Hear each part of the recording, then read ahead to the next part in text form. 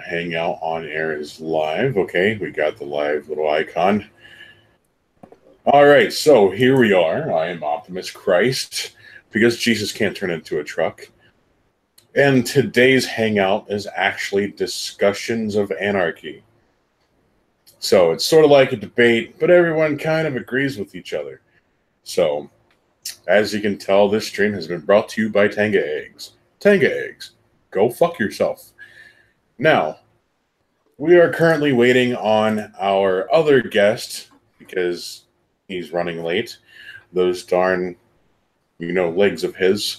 But in the meantime, I have an angry conspiracy theorist that collects Chaos Emeralds. Go for it. Hey, this is Jeremiah Harding, or Insanity is Free, as I'm also known. Apparently, though, I'm like the #1 Jeremiah Harding on Google, so you can just search that name if you want. But the thing I do is I try to bring anarchists of different sorts together, and I try to get the mutual goal of ending the state achieved. I've got lots of stuff in the works, not to mention the things I normally do, which are a stream every Sunday and Wednesday. I canceled that stream today because I wanted to do this, but normally there's a news stream from 6 to 9 p.m. Eastern time on my YouTube channel, and I get together with a bunch of people and discuss the stories that have happened Wednesday to Wednesday, sort of a way to hump your way through hump day. Then I've got same time on Sunday, Shit Shooting Sunday, where we go over a topic that's been decided over the week. And this next Sunday's topic is going to be like large amounts of veterans discussing the military-industrial complex, and also my regular people that come on. But primarily, I'm an anarcho-coalitionist. I want to work with anybody to end the state. I have this ultimate goal to end the state, collect every Chaos Emerald, and burn the system to the ground. So that's my general bias. I'm a pessimistic, cynical, skeptic, anarchist, conspiracy theorist, and I'm angry all the time.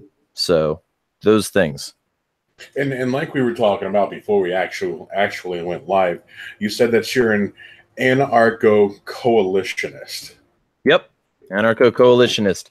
I wanna like work with anybody, and I want people to work with each other, because this infighting, the elites love that shit. They want us to argue about theory like all the fucking time, so that we can never actually end the state. They like the tax cattle fighting each other, because that means that we can never see the farm and leave it. Even the people who know about the farm don't actually do anything about it, because hey, what's better than arguing on Twitter and Facebook?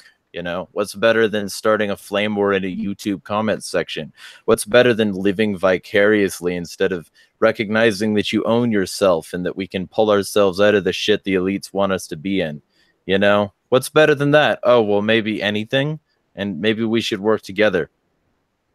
I will say this, and I firmly believe this, that if we spent as much energy as taking responsibility for ourselves as we do of all the infighting and the fighting on Twitter and Facebook and all the social media stuff, then maybe we would actually get something done. Yeah, definitely. So, I mean, from what we talked about over the past, week? Claiming responsibility for yourself apparently is one of the major beliefs of anarchy. Well, or at least, being responsible for hiring somebody to do it. Like, there's nothing wrong with hiring somebody to watch your property, or living in a collective where y'all watch each other's property. There's nothing wrong with a little bit of interconnectedness, but the primary thing is you own yourself, and you shouldn't let yourself be owned by other people, even in exchange for, some sort of societal privilege. Right. And that brings up a point, because that I always wanted to ask about, because the government has a classification system for everyone that's a citizen. Hey, Alden Space, welcome back to the stream. This one is a little bit different this time. It's not about video games, it's about anarchy. I hope you stay for the discussion. But, the U.S. has a classification for every citizen, and it's ironically the Social Security numbers. Barcodes. Essentially barcodes. But what I've also come to notice is that if you look in the right spot, your social security number has a value attached to it. Yeah. Well, You and know, it would like a anyway. stock. Yeah, well, because here's one of the fundamental problems. Here's a conspiracy for you. The elites shuffle around loans for accounts with nothing in them. You can watch a series by a guy named Mike Maloney on this subject called "The Hidden Secrets of Money," and he goes into some detail on how the system basically fundamentally is based on debt, and that the interest on that debt is what taxes go to pay, but the debt is what gets to justify war and infrastructure and all of these things. And that debt has to get paid by somebody, which means that they're basically promising future generations, which haven't even been born, much less consented, they're promising their labor in exchange for a share of that debt. And in doing so, effectively publicizing the US government and making it a giant corporation. So it's interesting when people try to make distinctions between the two, because the US government is essentially a corporation. But it's also interesting when people say, oh, well, the US government doesn't own me. Obviously, I have liberty because Constitution, blah, blah. But, the US government practically owns everybody in the world because of the influence of the dollar, the influence of the military industrial complex, and the globalist corporate structure maintaining the dollar and its place as the essentially debt holder over the entire world.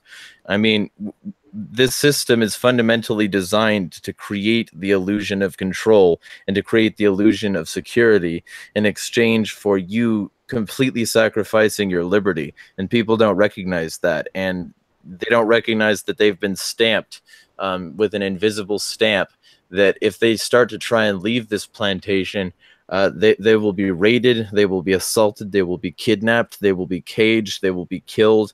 Their families will be separated from them. It's not fucking friendly. Right. And one thing,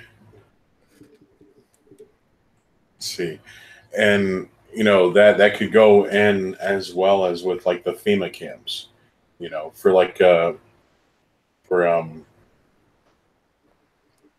I want to declare martial law and stuff like that. Yeah, of course. I mean, the FEMA camps are sort of secondary, man.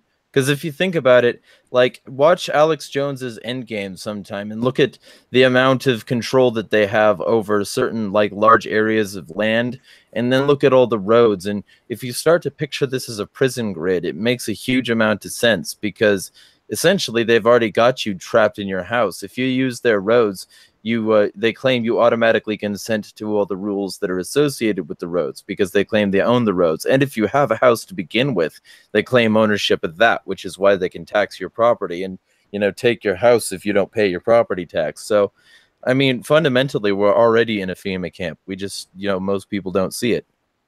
Right. So in your opinion, or in your experience, or in your research, how would we begin the process of what I would deem to be like self-sufficiency, aside from buying land? Because I mean, you even said yourself that buying land has property taxes on it, and for a lot of those that want to go completely off grid, completely away from the government, how is that achievable without? Well, okay, so here it's like, it's in the US, it's not possible to go off the grid. People have tried and been accused of living in substandard housing because their housing wasn't connected to the grid. People have tried to collect rainwater, and because they were trapping it on a large section of their property and preventing the water from flowing, the state declared it like a wetland or something, and said that they couldn't do that anymore. I mean, if you try to live your own life, you're fucked. The first step beyond anything else is philosophy, is getting people to understand that they've been lied to, about the status of their freedom, that they've been lied to about their level of investment in the system, that they've been lied to about the security the system provides. Telling people that they've been lied to isn't going to be easy, but it's necessarily the first step, at least in getting people on board. In terms of, doing it yourself, like start businesses and try to disassociate from government figures, you know, decentralize and try to get on board with as many people who are doing that as well. That's the real way out. We've got to claw our way out. This isn't going to be easy. It's going to start with philosophy. It's going to start with getting people on board. But past that, it's going to be a really hard road to hoe, because basically we have to reform the entire world's economic structure and also get people on board with not putting it back the way it was. I'm a pessimist. I don't think it's going to happen. It doesn't mean I'm not going to try, because my fundamental thing is that I think this is going to end in rivers of blood. I always say it and say it that way, because I think this is going to end really fucking badly, because nobody's going to pay attention to this shit, and I have no problem being that guy who's a negative guy and, saying that everything's going to end really badly, because I think that you got to start to realize the worst possible end to this before the best possible solution to these problems will come out. And I think that once people start realizing that we're all headed toward a cliff, maybe we'll stop running off of it. Now, I know even as a pessimist and you as an anarchist, you must have a vision on how something would be like in your mind. The perfect way on how to get started, like say you said small businesses with decentralization, right? It doesn't even need to be small. I mean, okay, so here's the thing. People think too much in terms of uniformity. And if something isn't uniform enough, they say it isn't scaling. And that's a fucking problem. That's a huge problem. One of the things that has to be done first is to realize that uniformity is a lie based on trying to get more cattle for the tax farm. There is no uniformity. And when people try to make uniformity, it's only ever to control other people so that they don't speak out. So essentially, we have to realize that there's going to be a decent amount of people who don't do things that we agree with, who live in a society that we wouldn't choose to live in, and then live in the society next door because that suits our desires better. So essentially, we create a pluralism of different economic structures that all run toward the same goal of an anti-archonic structure. Mm-hmm. And those societies would have to start interconnecting and working with one another in order to sort of hegemonize against the existing hegemony of the massive global security state that has been spreading like a cancer across the planet. And that brings up another point where, like different communities need to link up and start helping each other out when it comes to that. It brings up another point. Do you believe that anarchy could lead to hierarchy? And if not, why? I can see where the question is going. I think it's a malformed one, because anarchy and hierarchy aren't separate. Hierarchy has nothing to do with archonic structure. Hierarchy has to do with levels of different organization. And you can have a voluntary hierarchy. This is where I split from some anarchists who think that we have to abolish all hierarchy. But I don't think abolishing hierarchy is necessary. I think what's necessary is having hierarchies that aren't based on arbitrary rule creation, but in terms of rulership and archonic structures, but having hierarchies that people join because they appreciate the way that society is being run. Essentially, if there is somebody in a position of supposed authority, they have to prove they deserve it, and constantly. There can be none of this like perpetuation of cycles. But if you can do an anti-archonic and anti-hierarchical structure, then more power to you. I just don't think that has a whole lot of staying power, especially in terms of people's ability to hedge bets against possible negative situations that could arise. So me personally, I prefer anarcho-capitalism, but I'd be totally fine with a mutualist, an agorist, or a anarcho-communist structure. I just, I would prefer to be able to build up my capital in my personal stores so that I could, hedge myself against possible like disasters, possible economic upheavals, possible attacks from the outside, from the people who don't understand why these societies exist, or who do understand and want them crushed. But if they can find a way to do that without that, then more power to them. There are many books on that sort of thing. And a lot of them can be read at theanarchistlibrary.net. I think that's what it's called. Mm-hmm. I see a torrent for it, so I forgot what it was called because I have the books on my computer. But basically, there's a huge amount of theory for anti-hierarchical structures, and all you got to do is make sure that those anti-hierarchical structures don't have hierarchical roots, that there isn't something at the top of anybody. And to me, that sounds really untenable, but I would be very, very excited to see one of those societies work, personally. Mm-hmm. Now, I've always, because me myself, I have an end goal in mind. To where I'm fully self sufficient. I'm off the grid, yet I'm having the luxuries that I once had. We're not completely reverting to like the Stone Age or anything, but having skills to be able to maintain your property and your house, and or even like a house you built. Like with me, it's more like bushcraft. Building a house with your bare hands, self sustainability, stuff like that. I mean, heck, I even have a plan to have an aquaponics garden. Right. Which You is know, good because that lives in somewhat harmony with nature. yeah, and so like the final end goal for me would be to be self sufficient enough to where I could establish that trade, where my skills could be utilized to help others, as long as it's mutually beneficial. Right. And that would be fine. That would be that sounds a lot like mutualism because you're talking about barter essentially, right? Yeah, essentially, like we were talking about last time. Hypothetically speaking, I've perfected masonry and toolsmithing and stuff like that, and I've been really good at it. So I create tools, I fix tools, and then the guy down the road who has a farm, one of his tools breaks. And in return for fixing it, offers me food, sort of like that. Well, and in terms of the economic school of mutualism, well, theory anyway. Um, in my understanding, what it is that nobody profits. Nobody gets more than the other person.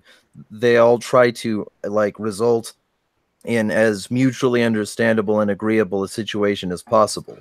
And in doing so, you prevent those sorts of hierarchical systems that you were mentioning earlier from arising at all, because essentially everybody's just trying to live at equal with their neighbor. I mean, I don't think that that would necessarily work on a long-term level, but it Hmm. might, and I'd love to see it try. All right, and we have Octane Gamer who says, "Can you invite other people, even people who disagree with anarchy?" Um, I wouldn't mind talking with anybody, especially since it does seem like Jay's going to be a bit. yeah, that's what I was thinking too. So I'll tell you what, Octane, if you want in, go ahead and send me a message via, the twatters, and But I'm pretty generally willing to talk to anybody about this, in person or online, because if my ideas can't stand up to Optimus Christ or Octane Gamer, then they can't stand up to Trump. that's one way of putting it. But yeah, or the I or mean, the Five Eyes of Global Intelligence. I haven't heard that before. Could you clarify? Oh, okay. Well, the Five Eyes of Global Intelligence are the primary organizations that run global intelligence. They're the organizations from the major countries. Let me look this up on Google to make sure that I don't miss anything out here. But it's a UK and USA agreement, and the Five Eyes are all of their intelligence agencies um, basically working together to police the globe. Um, let me fucking. I'm gonna try and find which agencies they are, because I don't look into this a lot. I just know about it, and because I've looked into this for a while since Snowden. But let me see, organizations, and basically, I can hear myself on your by the way. Yeah, oh shit! Hold up, I can fix that. Give me a minute. And we have Octane Gamer, while the angry conspiracy theorist is looking up links on Google. So we have for the New Zealand, for instance, we've got the GCSB and the NZSIS. I haven't looked into this for a while, and I think some of these are relatively new, but we've got GCHQ, we've got the FBI and the CIA, we've got all of these institutions that are like essentially united in what they do. We've got NSA, we've got ASIS, ASD, ASIO, AGO, DO, CF Intcom, CSE, CSIS, DDIS, GCSB, NZSIS, DI, GCHQ, MI5, MI6, SIS, CIA, DIA, FBI, NGA, and NSA. And all of those institutions work together to police the globe in terms of intelligence. It's called the Five Eyes. Oh, wow. And it's given that creepy name for a reason. They want to intimidate people. So, I mean, art imitates life. It's not the other way around, and that's why all these fucking sci-fi movies get all these crazy names for their shit. They don't get it from nowhere. These things actually have crazy names. Mm-hmm. All right, so since we have Octane, I'm assuming that. Oh, by the way, I also nicknamed him my Pocket Asian. Because they're making they made a new Pokemon game, by the way. It's on the Switch. Really? Yeah. So just to clarify, Octane, you're against Anarchy, or you disagree with it? Well, I disagree with it in a way. Yeah, I'm just not too informed, but I have the basic idea by looking at other kind of anarchist YouTube channels and seeing what their ideas are. But just for the sake of this discussion, well, it's of course not a debate. What are your guys' idea for let's just say the what was it called, the Anarchy State or the Encapistan? Wow. Basically, I'm just a moderator here to learn, man. Okay, I don't think he is an anarchist, but and I don't care. Like I said, I don't care if it's Ancapistan or Ankamistan. I really don't care. I just want no state, and I want systems to compete after that to see which ones have the most support. And I think anarcho-capitalism might, but I also think that it shouldn't certainly be the only system. I don't believe in insulation in that way. I think competition is the fruit of positive change. Fair enough.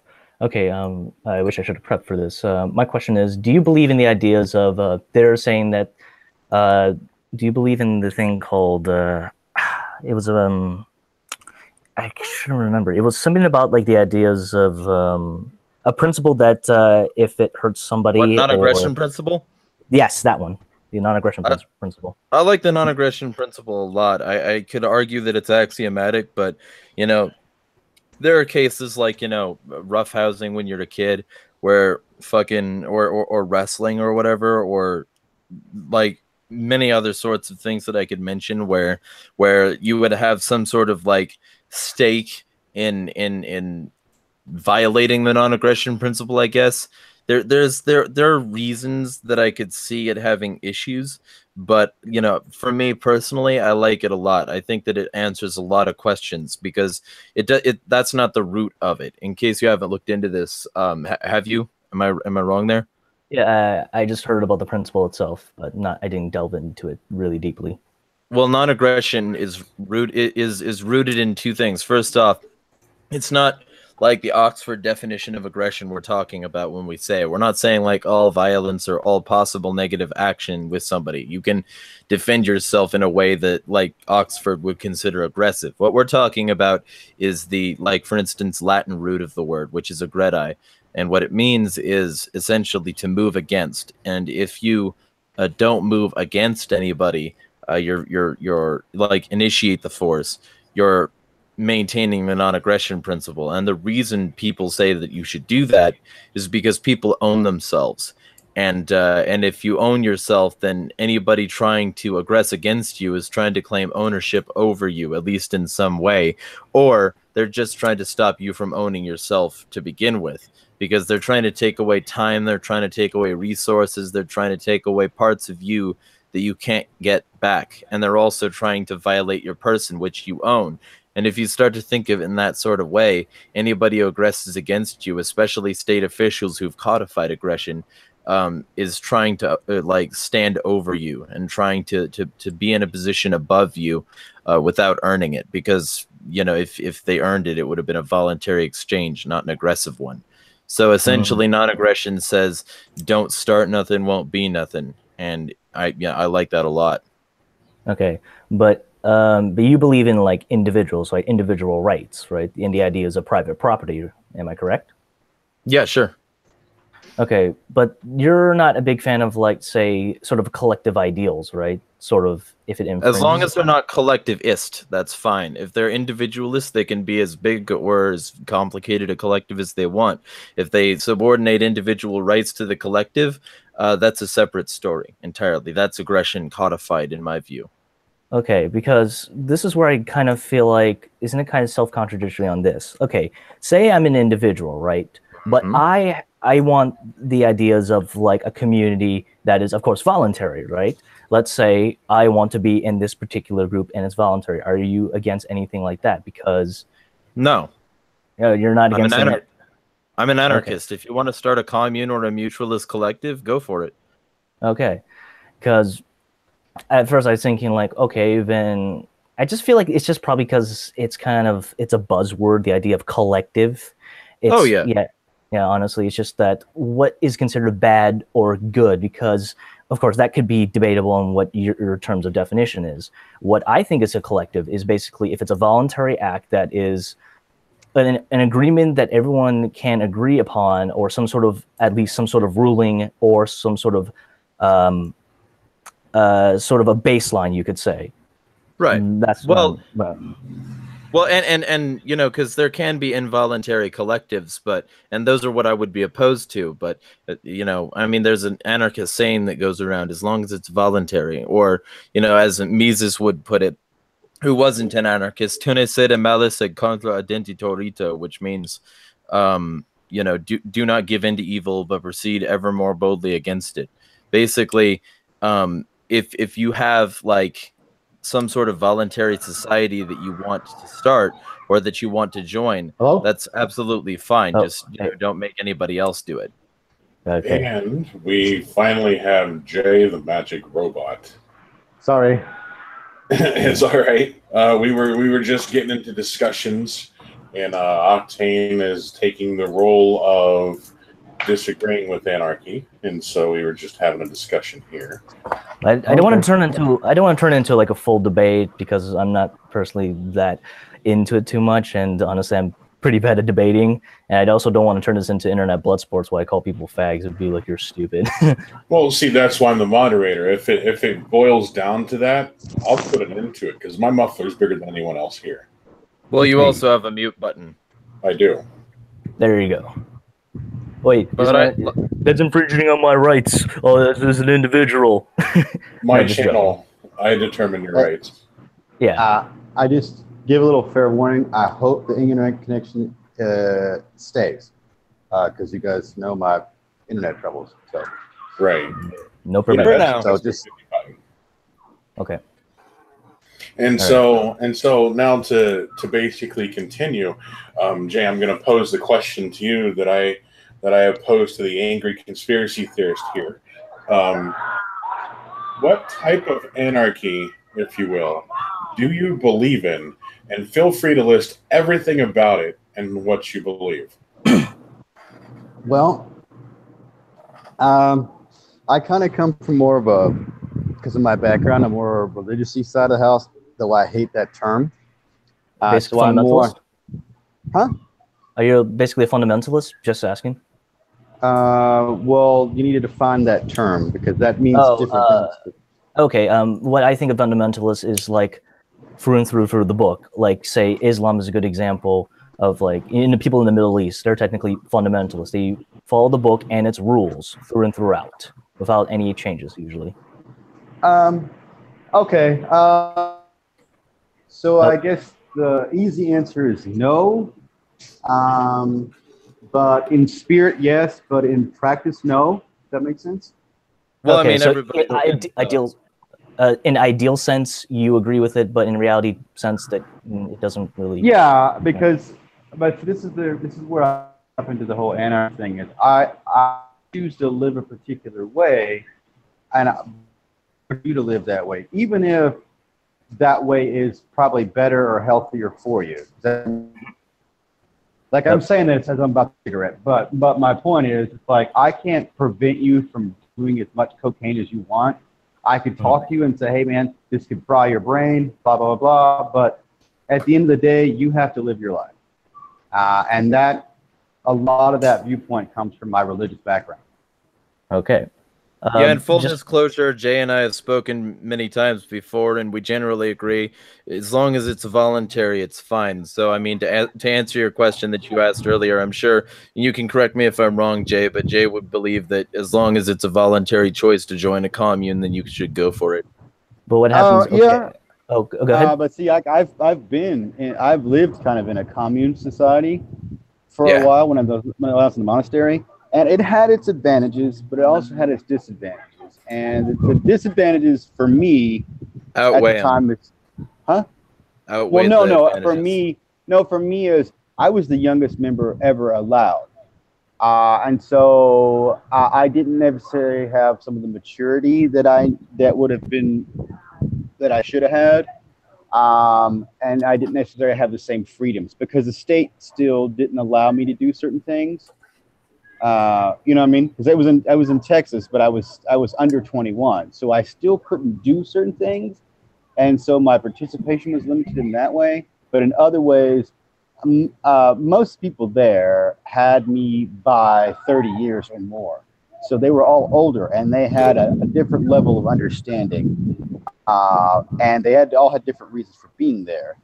So I think like if you get some older people together and they want to live in a communal kind of environment, I don't have an issue with it. I just don't think it should be forced. And you know, you can make the argument both ways about, like, let's say you have kids in that kind of environment. Is it forced? Is it not forced? And I kind of take the Amish approach on that. Of when you turn a certain age, if you want to bail, bail. Okay. Hopefully okay. that made sense. I can say that. What's another question? Okay, here's another question. Say if a person wants to join a particular group, but turns out that person doesn't meet a certain criteria of that particular group and he can't enter in. Do you think the group has the right to kick him out or not let him enter into their group? Or yeah, absolutely. Voluntary association. Well, again, I would say define the criteria. Okay, your group has a certain, let's just say, sort of certain values, or let's just skin color, any kind of like criteria, and this person doesn't meet that criteria. Do you think, are you guys okay if that particular group doesn't allow that person in because he doesn't meet the criteria? Voluntary exclusion. Yeah, sure. Why? Okay. Well, if you're talking about, let's do. I'm a member of organization because I'm a vet, right? So full disclosure, I'm a vet. So at one point in time, I did used to be a dirty, filthy statist, right? But because of my veteran status, both willingly and unwillingly, I guess, I will always be a member of a certain organization, right? So that'll never be removed. And so it was the privilege of being part of that organization. Whether I disagree with them or not, I will always be viewed as a former member. You see what I mean? So that's pretty exclusionary because if you were a civilian, you wouldn't have happened. You know what I mean? So I could see how it could seem uncomfortable, and it can be. But let's say, do I really want a person who is a child molester around my kids, you know what I mean, kind of thing. I can disassociate. Now, at the same time, you could do the same to me.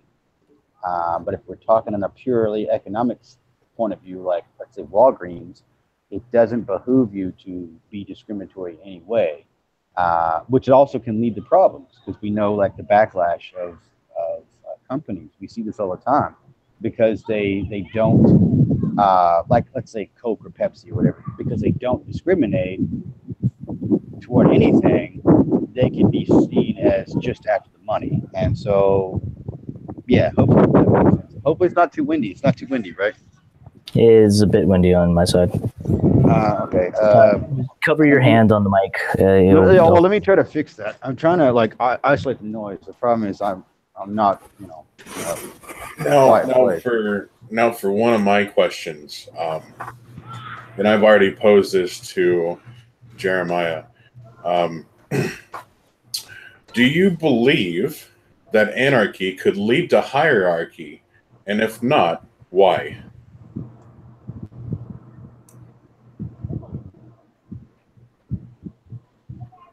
Hello? Jeremiah? We can hear you now.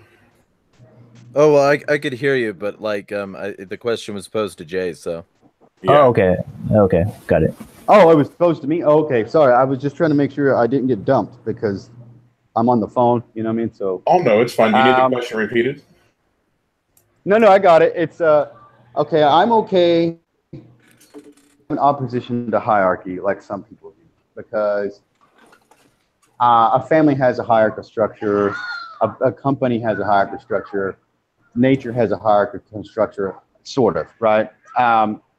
So I don't have a problem with this voluntary. Now, the way I kind of view like businesses and companies, I view them kind of from an older standpoint of, let's say you want to join this company, or, you know, let's say you're a carpenter, right? And you join us, right?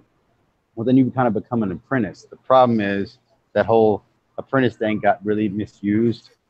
So, you know, yeah, it's a hierarchical structure, but it's one of those of we're teaching you a skill, and after a certain point in time, then you become one of us. So, and then you would get treated like a regular member. I don't know if that made kind of any sense at all. I think in some cases it can, in some cases it can't. If you're trying to be a purist, you have to do everything on your own, right?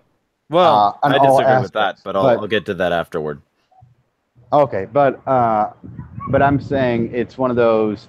I look at anarchy very much from a spiritual sense and from a very evolutionary sense. High adaptability, high mobility, and yeah, it is kind of socialist in a way where I have to go be under someone to learn a particular skill set, but after that period of time, I come out of that position, and then I'm then able to, you know, move freely. Mm-hmm. That kind of makes sense. It's not a great answer, but this is kind of the way I view it. Right. And Jeremiah, you said you disagree with the point. That I don't agree that the purest version of anarchy is doing it all your own, because realistically, anarchy is just opposing archonic structures. The purest form of that is not having an archon. It's not necessarily not having any hierarchy. Yeah, I mean, because they come from different word roots and different sorts of organizational structures. You can voluntarily join a hierarchy, but you can't voluntarily join an archonic structure.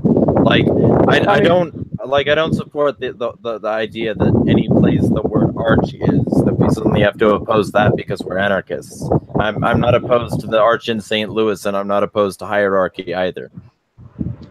Yeah, that's what I'm saying. As long as it's voluntary, I'm kind of, to me, I look at it also as very much the states of matter. Like at one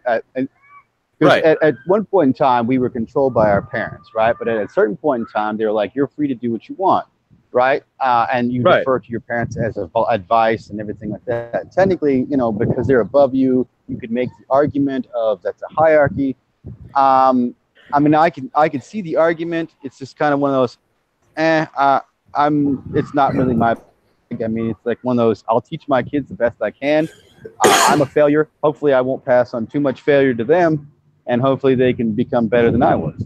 Okay, maybe I can clarify what I mean by hierarchy, because I know, like with your example that was raised, that I can see that, but I had a specific idea in mind, and that specific idea was, say that we already have an anarchy type society, right? Everyone's on their own, they want to start a group commune type deal, and then, like, my thought process is that you're doing everything yourself, self ownership, right?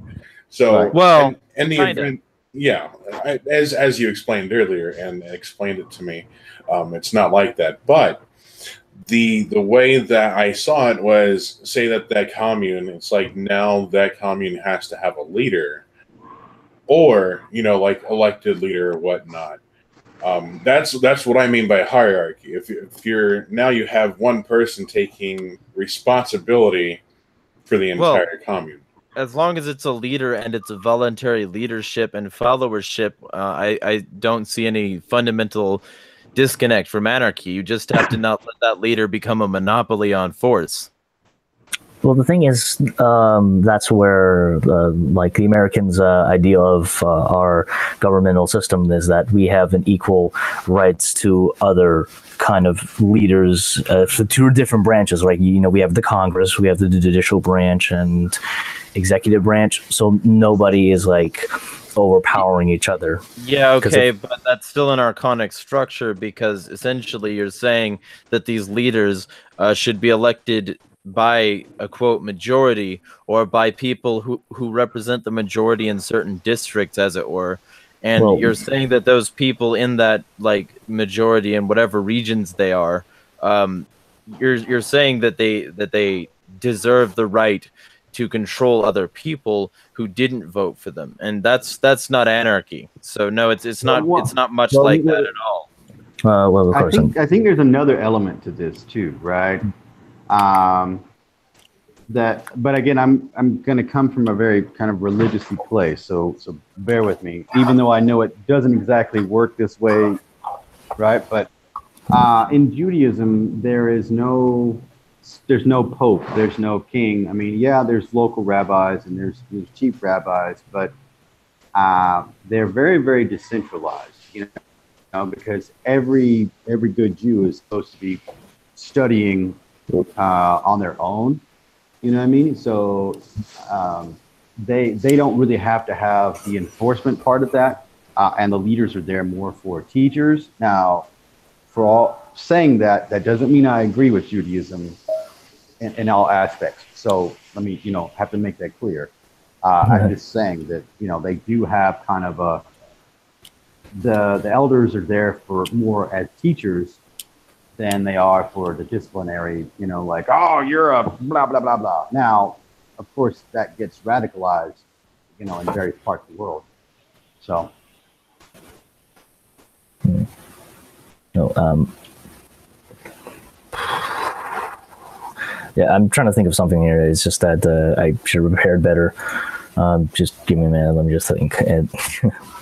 Oh, I mean, it's all fine. Like, I've been talking about this shit, like, progressively getting more and more, like, radical, fucking angry conspiracy theorist for, the better part of a decade. So, do you believe the Jews are?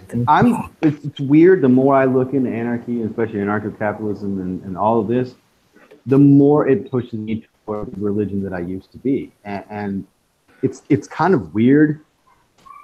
And it's good, but it's bad, because it's like. Well, the thing is, like, you guys think that the idea of a theocracy is a bad idea, right?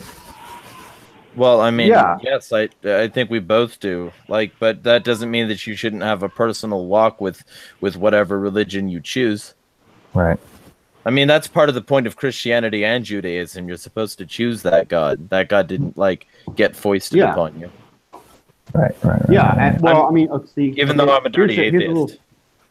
Well, no, but here's a kind of a weird little element, right? The way many Jews teach it is that it was forced upon, and the way the Bible, like we would refer to the Bible, the way it reads, it's not forced on them. So, because there's the rabbinical split, you know, when the rabbinical split happened and the Pharisees took over, the viewpoint of when God said, okay, choose life and death, you know, they were at the Mount Moriah, I believe it was. Somebody correct me if I'm wrong. Sorry, you know, I've got other things in my mind. He said, choose this path and you will have these successes. You don't choose this path, you will have bad things. But the way the Jews frame it is, the only way they would accept the contract is God threatened to squash them with a mountain. And that is actually written, that kind of phrase about squashing with a mountain is not only in Jewish teachings, but it's also in some of the liturgical books. If you go to a synagogue, it almost in no means states that. That's their view on God, and to me, that's kind of, I could see why a lot of people would become atheists who used to be Jews from that position. If you hold that position, I mean, I used to be a Christian, so I mean, I stopped being willing to excuse the same sorts of things that I would say, like, you know, essentially my skepticism for things like unicorns, Santa Claus, fucking Thor, all of these things, I didn't apply to Christianity, so I left. You know, because I realized that I was being skeptical about everything else, and it highlighted a bias that I wasn't being skeptical about Christianity. And you know, I was raised very scientific. Ironically, my father, who is a Christian, he handed me a copy of Stephen Hawking's A Brief History of Time, and fucking that was probably a poor decision, because I started to really look into the fact that a lot of these religions are trying to explain the unknown, and I won't explain the unknown in any other way than with the Christian Bible. That seems like it seemed at the time as though I was sort of being unscientific about it. I was not being inquisitive, and I was just believing and accepting because I didn't want to go to hell, and that seemed fundamentally loathsome to me. So I stopped. I've mentioned this in chats before, even though I fight with a lot of people on this particular thing, but the concept of hell actually isn't in the Bible. That didn't get added to later, and hell is separation from God's love, and it doesn't talk about, like, you know, any sort of specific tortures. Those were all like added by politics in the church. And so